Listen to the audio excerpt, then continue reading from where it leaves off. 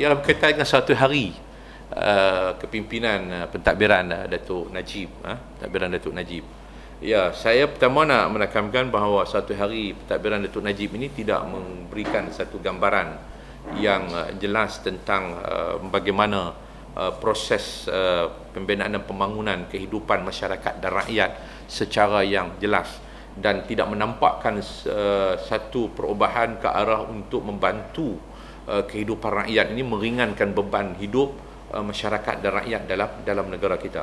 Jadi sehingga kalau kita melihat hari ini selepas daripada pilihan raya, rakyat dalam negara kita terus dibeban dengan kos sara hidup yang makin meningkat. Harga barang yang makin melambung bermula daripada Ramadan sehingga sekarang.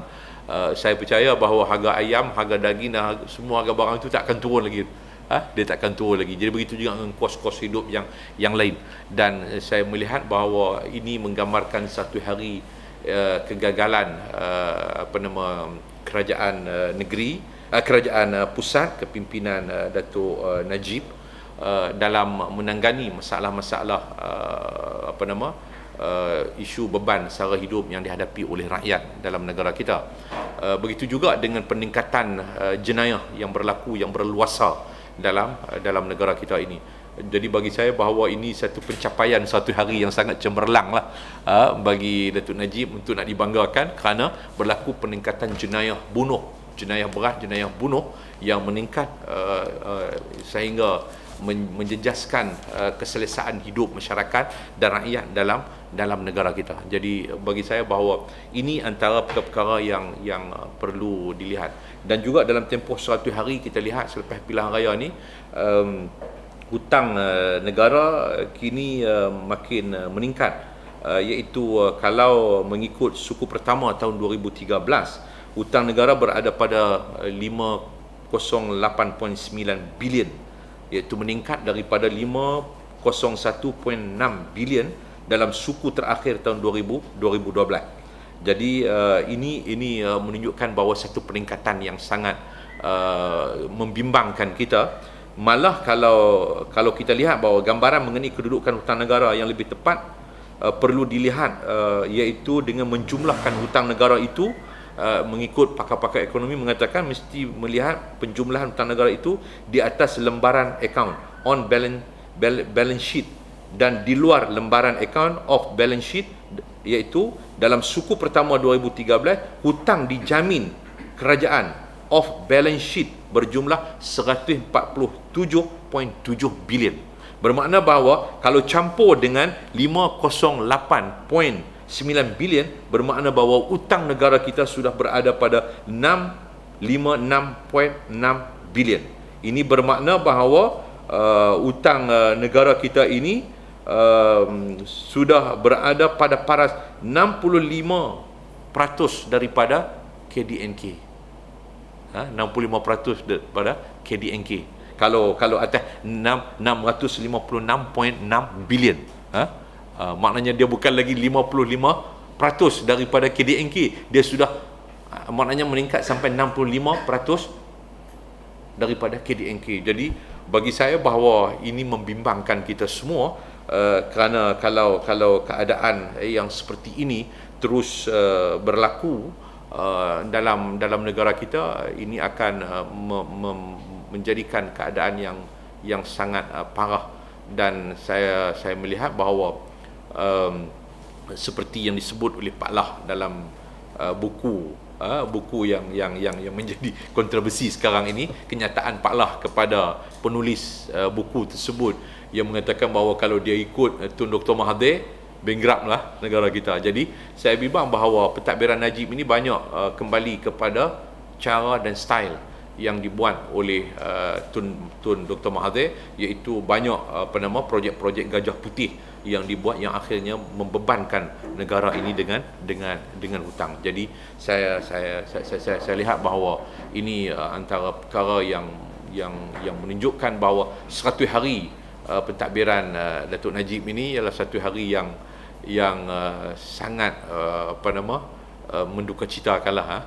Mungkin dia anggap itulah sebagai yang cemerlang dalam hidup dia, tapi bagi saya satu mendukacitalah, kerana lebih tertumpu kepada mereka lebih banyak selepas daripada pilihan raya untuk nak memposisikan kedudukan kem mereka dalam pemilihan agung UMNO yang akan datang. Jadi akhirnya mereka tak fikir bagaimana nak menyelesaikan masalah-masalah, tak dapat nak kenal pasti apa masalah-masalah yang dihadapi oleh negara, sehingga saya lihat bahawa pengurusan polis yang sangat berat apabila polis isytihar perang ke atas jenayah dan penjenayah.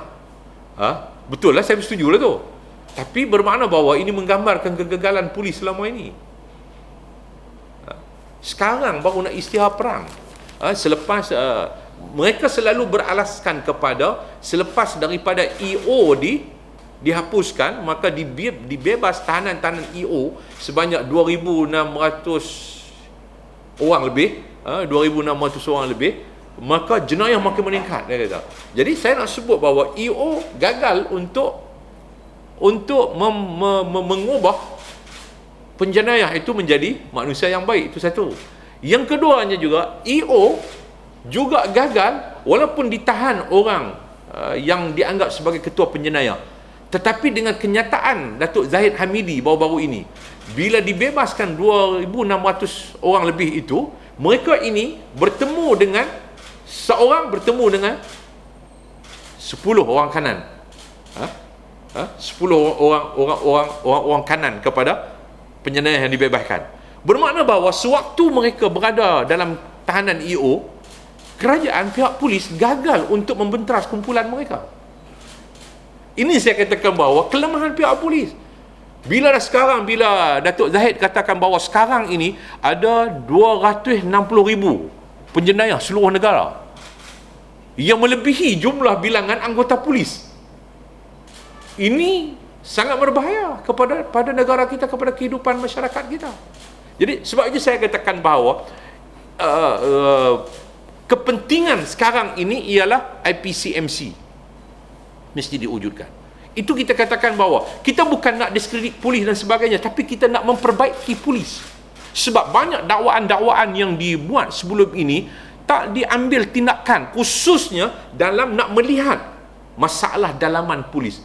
Ada polis yang dikatakan terlibat dengan hubungan dengan kumpulan penjenayah, kumpulan kongsi gelap dan sebagainya. Ini dakwaan-dakwaan ini untuk membersihkan polis masih belum dibuat. Sebab itu IPCMC yang diwujudkan oleh Suruhanjaya Diraja mesti dipatuhi.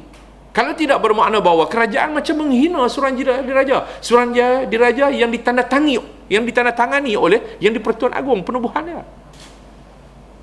Jadi saya harap bahawa satu penubuhan IPCMC perlu dibuat, ataupun perlu kepada satu mekanisme yang tertentu untuk nak menstrukturkan kembali pihak polis ini. Maknanya nak lihat masalah dalaman mereka dan sebagainya, bagaimana, kemudian nak kenal pasti bagaimana kalau ada pegawai tinggi polis yang terlibat dengan apa-apa hubungan dengan kumpulan penjenayah, kongsi gelap dan sebagainya, perlu diambil tindakan. Dan saya kira bahawa polis sendiri, dalaman mereka tidak berupaya untuk mengambil tindakan kepada pegawai-pegawai tinggi polis. Jadi perlu kepada satu badan yang bebas untuk melihat persoalan dalaman polis. Kalau tidak, nanti dia hanya tindakan pada waktu-waktu tertentu. Sekarang isu jenayah tiba-tiba terkeluar, maka mereka pun buat operasi. Lepas tu dia akan sengam. Lepas 6 bulan dia akan sengam.